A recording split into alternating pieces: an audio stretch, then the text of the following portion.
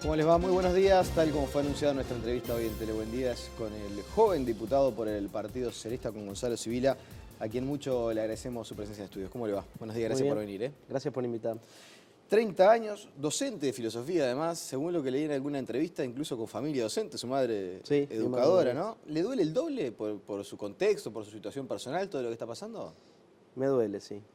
Me duele primero como militante social y político de izquierda y como docente, en particular como trabajador de la educación, que creo que además los trabajadores de la educación hemos sufrido una estigmatización bastante fuerte en las últimas décadas y bueno, creo que esta medida no contribuye a superar eso, que es una de las cosas que se necesitan superar para que el sistema educativo ande adelante, ¿no? Eso es algo que poco se ha puesto de relieve desde su punto de vista. Entonces esta decisión contribuye para esa etiqueta de son vagos, no quieren ir a trabajar, no tienen vocación. Yo lo que creo, Nicolás, es que el Uruguay en esta última década ha hecho un esfuerzo enorme para mejorar su educación pública, ¿no? Invertimos lo que no habíamos invertido nunca, de la mano de los gobiernos del Frente Amplio, más del 4,5% del PBI. Ahora, en un contexto de desaceleración del crecimiento, estamos comprometiendo ir al 6%, que es una lucha, una reivindicación histórica. Y bueno, la transformación educativa está en marcha.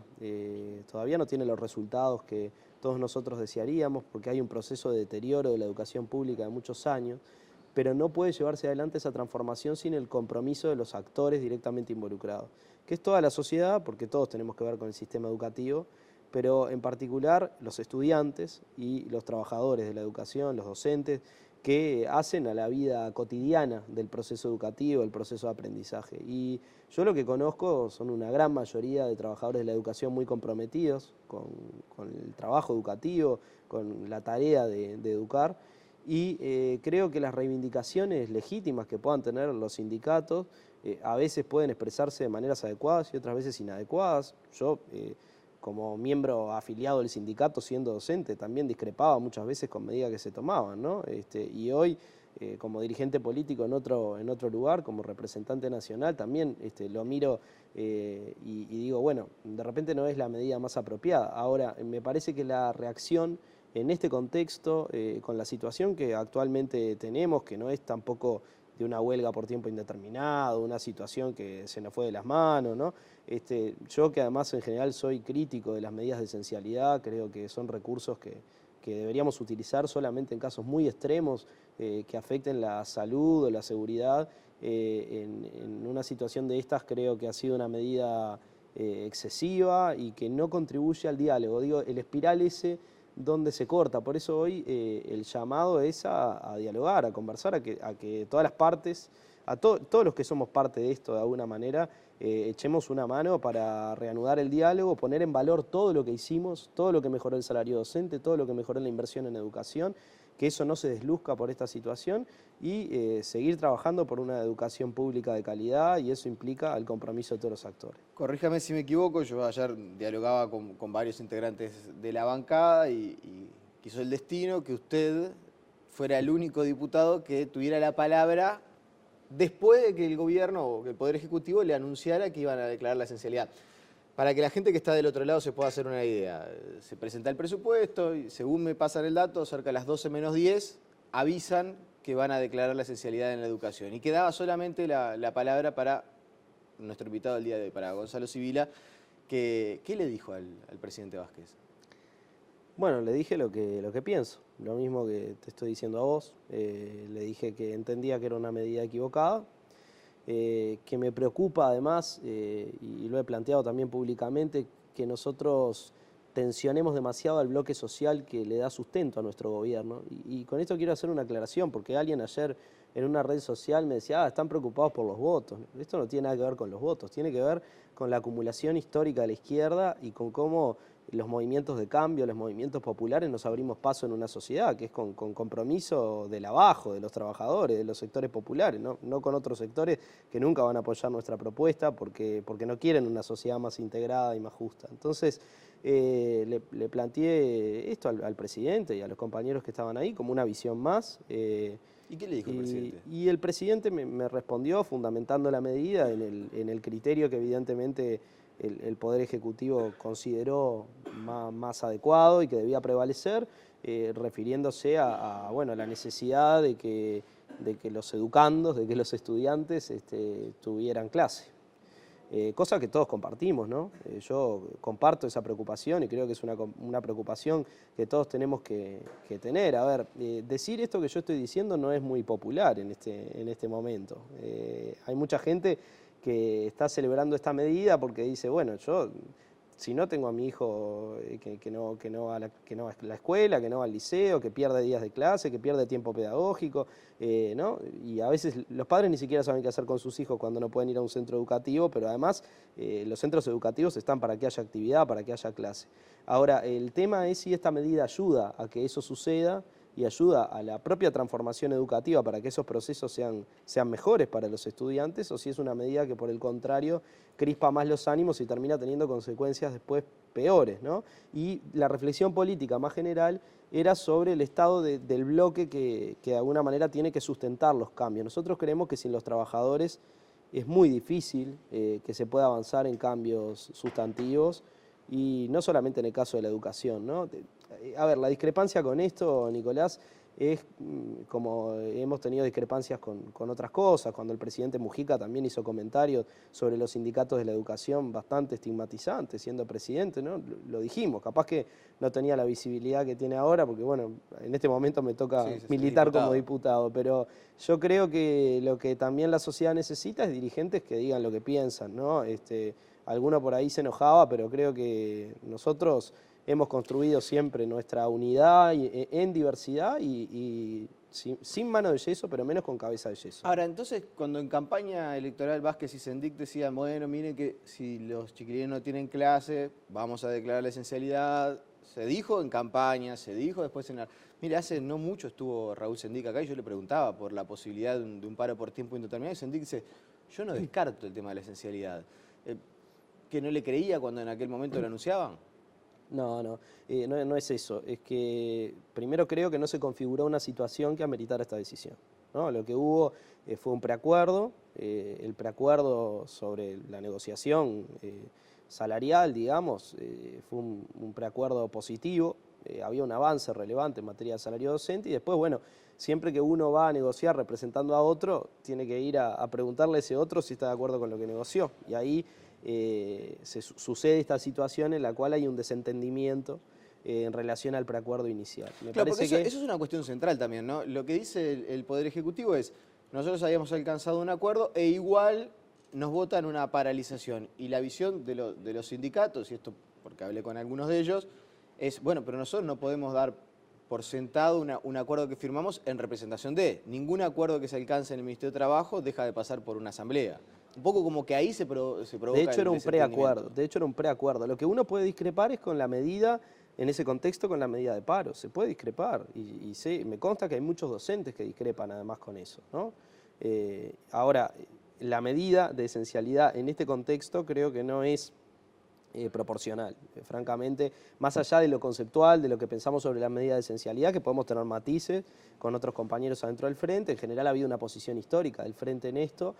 Uno tiende a pensar que esas posiciones pueden ir variando según los contextos, pero cuando hay elementos suficientes. Yo, en este caso, y no solo yo, muchos compañeros, consideramos que no hay elementos suficientes como para tomar una medida de este tipo y consideramos algo más desde un punto de vista práctico, que la medida no contribuye ni a resolver el conflicto ni a avanzar en el proceso de cambio educativo, sino que por el contrario, como dijo alguno por ahí, echa nafta sobre el fuego, ¿no? Entonces, ¿a usted coincide con eso? Que esto es como, sí, yo creo que Marcelo sí. Abdala, el esto es como tirar un balde de nafta arriba de las brasas. Sí, yo creo que sí, que en ese sentido es un error. Entiendo que la motivación del Poder Ejecutivo es una motivación loable que todos compartimos, que es que los estudiantes tengan clase, pero la medida me parece que es una medida que no corresponde en este momento y además, ya te digo, tengo una discrepancia conceptual con la medida en general, salvo casos muy extremos, ¿no? Y esto tiene que ver con las libertades sindicales, con muchas cosas que la sociedad a veces de repente no valora del todo. Y yo también quiero aclarar algo acá. Nosotros nunca sustentamos un concepto corporativo de la participación sindical. O sea, Eso le iba a nosotros... preguntar, porque la otra visión también que hay es, bueno, pero está bien, podemos discutir si es proporcional o no, si era el momento, pero también los sindicatos tensaron bastante de la cuerda. Cuando se estaba en pleno proceso de diálogo, el mensaje presupuestal todavía no llegó al Parlamento y llevamos, por lo menos desde el 17 de agosto, sin tener clases. Entonces, ¿no se tensó un poquito de más de la cuerda también desde el lado docente? Que aparte habrá que ver si los sindicatos docentes son la representación de lo que piensan los docentes. Bueno, esa es una discusión que se tienen que dar los docentes que en este momento están en actividad y que, bueno, que están afiliados al sindicato respecto de las dirigencias sindicales y de cómo funcionan las asambleas sindicales y demás, ¿no? Ahora, la herramienta sindical es una herramienta importante en cualquier ámbito porque hace a la democracia, ¿no? Esto no lo decimos los socialistas, digamos, esto lo dice cualquier pensamiento medianamente progresista y avanzado en el mundo, ¿no? Ahora, también, como te digo esto, Ahora te digo están nosotros... todos los gremios, todos los sectores de la actividad del Estado luchando por una mejora salarial y no en todos está la medida de conflictividad que aplican los sindicatos por eso te docentes. digo, la medida se puede discutir, se puede no estar de acuerdo con la medida, se puede considerar que la medida es un error. Ahora, yo creo que esta medida del Poder Ejecutivo agrava la situación en lugar de ayudar a resolverla y eso puede redundar en peores consecuencias para los propios estudiantes, en el sentido de que esto termine generando una espiral de conflictividad y además que nos dificulte poder avanzar con los procesos de cambio que nosotros queremos hacer en la educación, que necesitan el compromiso de los docentes, y hay mucho hecho, mucho transitado en estos años. A mí lo que realmente me da un poco de bronca es que hemos hecho un esfuerzo enorme en materia presupuestal, en materia salarial, y que eso se desluzca, ¿no? Que no se comprenda por parte de buena parte de los actores de la educación por este tipo de situaciones, porque falta mucho, ¿no? Son insuficientes los salarios docentes, eso también hay que decirlo, y es legítima la lucha. El tema es el equilibrio entre, bueno, la lucha legítima, las herramientas de lucha, los impactos que tiene sobre los trabajadores en general y los hijos de los trabajadores, y el gobierno velando por poder avanzar en este proceso de cambio educativo. Creo que esta medida no ayuda, y te decía, no es por creer en un concepto corporativo de la lucha sindical. Nosotros nunca sustentamos eso. Nosotros creemos en un movimiento sindical que tiene visión global, que piensa más allá de los intereses particulares de un sector, más allá de que los defienda, y creemos que el movimiento sindical uruguayo sustantivamente es así, siempre ha sido así. Es el mismo movimiento sindical que hizo una huelga general frente a la dictadura. Es un movimiento sindical que puso el cuerpo, que puso la vida para defender la democracia en este país, no por intereses solamente sectoriales, sino por una visión global del país. Entonces, cuando a veces uno puede incluso advertir cierta desviación o cierta deformación en alguna práctica sindical, no hay que generalizar, no hay que trasladar eso al sindicato, ni hay que tomar medidas que refuercen eso, ¿no? Que terminen reforzando eso, que terminen por ahí haciendo que los que militan sindicalmente o los dirigentes sindicales tomen posiciones todavía más extremas en eso porque, bueno, digan este Poder Ejecutivo no comprende al movimiento sindical, reprime, etcétera, que no es el ánimo ni el espíritu de un gobierno de izquierda, no puede serlo nunca, ¿no? Y eso termina separando a la dirigencia sindical de la base social de trabajadores, termina generando un problema que no sé dónde termina. Creo que es un camino que puede ser un camino sin retorno, me preocupa eso, ¿no? ¿Un camino sin retorno? ¿En qué sentido?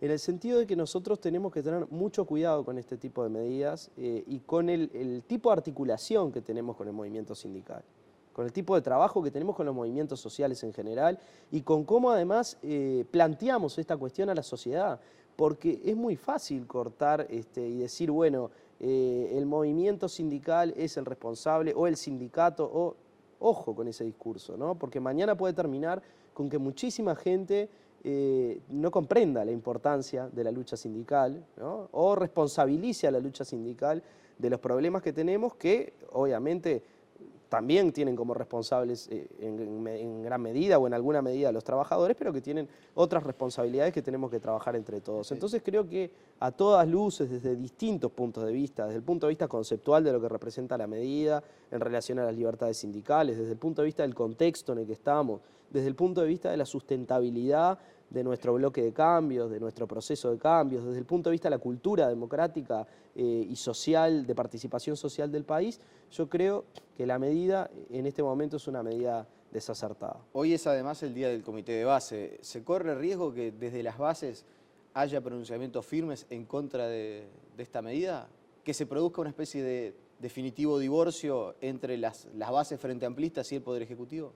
No, definitivo divorcio no. Nosotros somos parte de un mismo gobierno, de una misma fuerza política y de un mismo gobierno. El Frente discute, debate, tenemos posiciones distintas, a veces incluso podemos duramente contraponer algunas ideas. Si eso se hace en un marco de respeto, de fraternidad, el Frente no corre riesgo de ningún tipo de ruptura. De hecho, eso no ha pasado ni va a pasar, es un sueño que tienen algunos, pero no va a pasar porque nosotros tenemos una cultura de discutir y construir la unidad, construir la síntesis. Ahora, lo que no hacemos es acallar nuestras posiciones, porque la sociedad demanda que los dirigentes políticos seamos honestos en plantear lo que pensamos, ¿no? Y creo bueno, que hay distintas expresiones para representar también adentro de la fuerza política. Yo creo que hoy este tema va a ser parte de la discusión de los comités de base. Más que parte de la discusión va a ser... Sí, no, va a ser el presupuesto.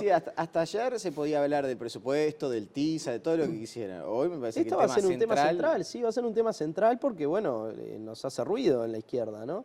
Y yo, no sé, no he conversado todavía con tantos compañeros, pero en general con los compañeros militantes de base del Frente con los que he conversado, tienen una visión crítica de esta medida, como ha pasado con otras medidas de nuestro gobierno. Ahora, son roles diferentes, nosotros desde los distintos lugares que ocupamos lo que tenemos que tratar de hacer es aportar a un proyecto común y yo concibo la defensa del gobierno, la concibo también como plantear los puntos de vista discrepantes en un ánimo constructivo. Ayer Tabaré lo dijo en la reunión, lo dijo y yo incluso lo destaqué, algunos otros compañeros lo destacamos, dijo yo no necesito una bancada que me diga amén, yo no necesito una bancada que diga, este es lo que dice el Poder Ejecutivo, vamos para allá. No necesito una fuerza política así, el Frente no es eso. Y nuestras diferencias, también dijo, no son lo que le molesta o le asusta a la derecha. Lo que le molesta a la derecha o lo que sueña en realidad la derecha es con que nuestra unidad se parta, porque la unidad es lo que a la derecha le hace mella, lo que nos permitió a nosotros también llegar a donde llegamos, la unidad social y política de la izquierda.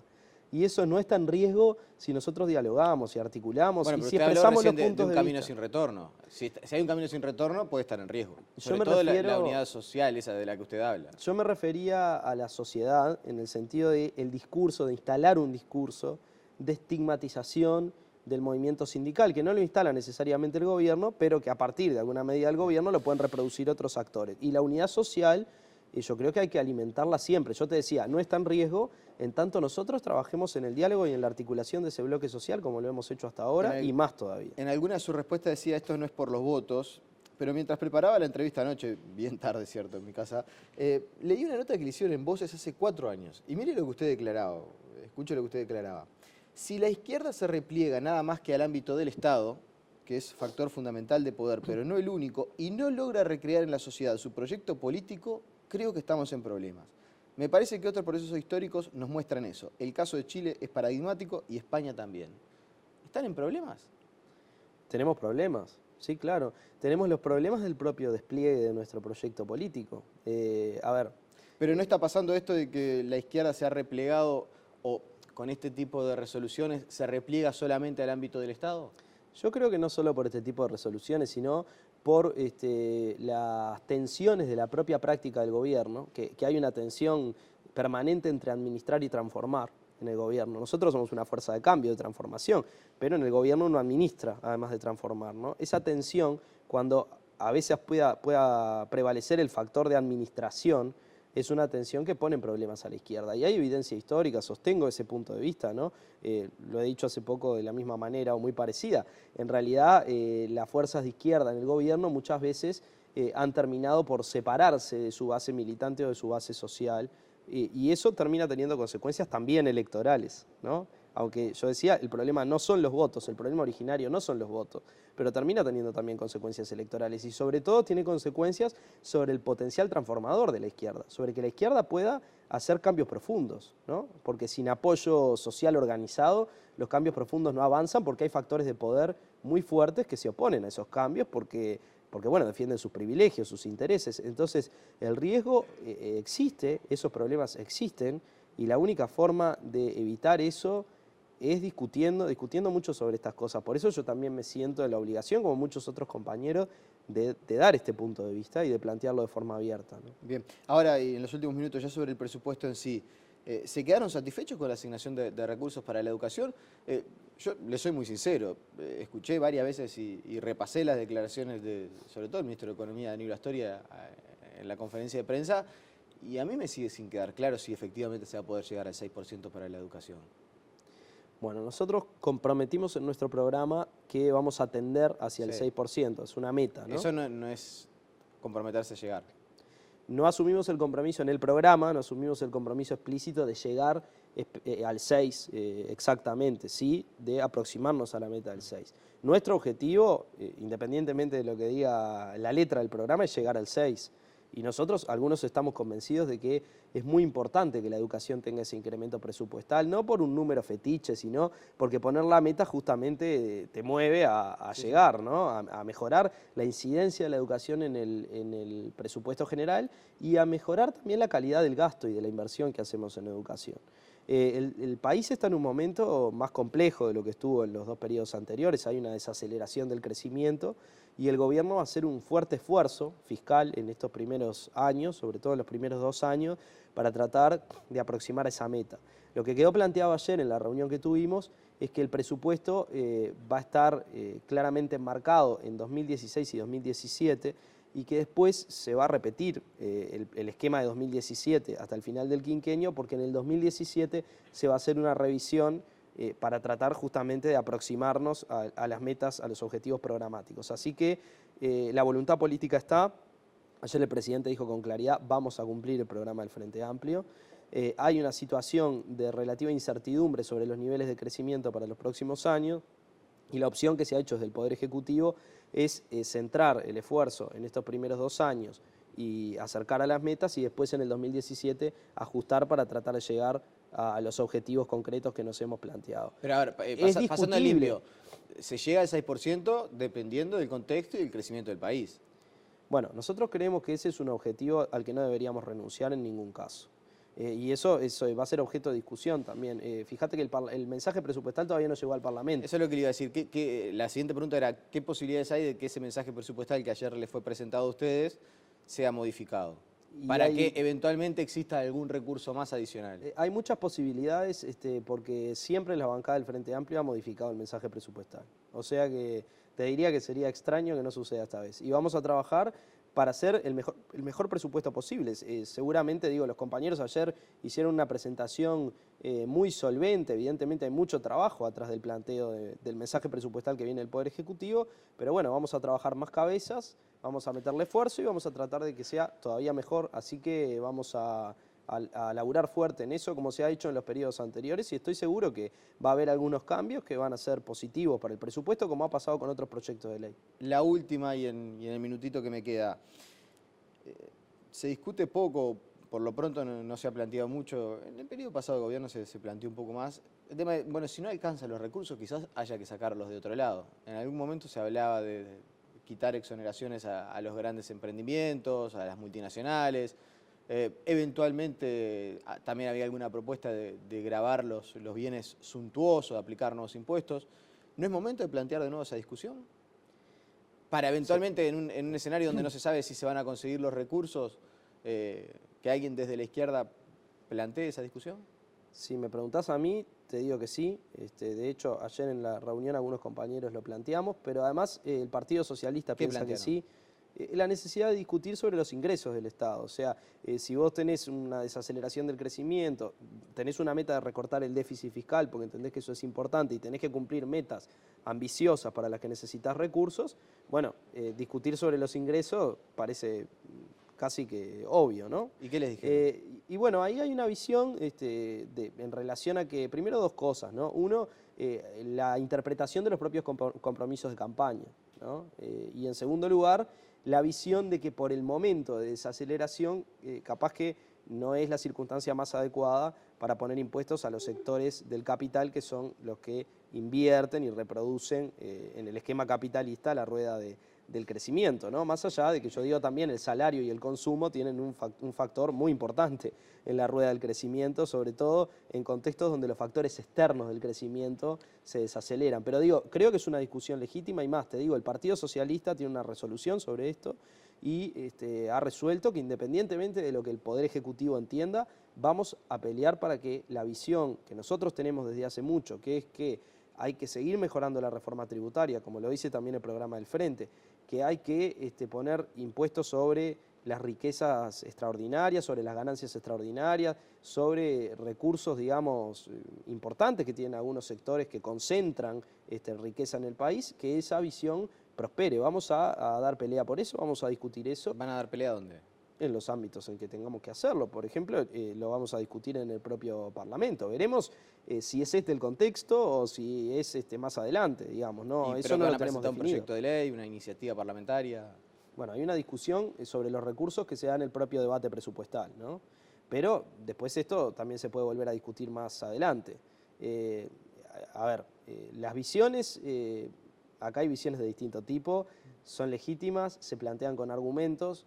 Nosotros tenemos argumentos, los hemos manifestado, como te decía, hay una declaración al respecto, como también hemos manifestado que la discusión sobre el uso de reservas internacionales es una discusión abierta, que debería darse entre la fuerza política y el gobierno, lo que no quiere decir que tomemos posición a favor de usar las reservas, sino que estamos dispuestos a discutirlo y que nos parece que no deberíamos censurarnos esa discusión, haciendo todos estos debates como corresponde, con responsabilidad, en un tono constructivo y tratando de aportar al proyecto que sustentamos. Gonzalo Sibila, le agradecemos su presencia esta mañana aquí en Tele Buen Día. Te agradezco a vos. La pausa y enseguida seguimos con muchas más noticias.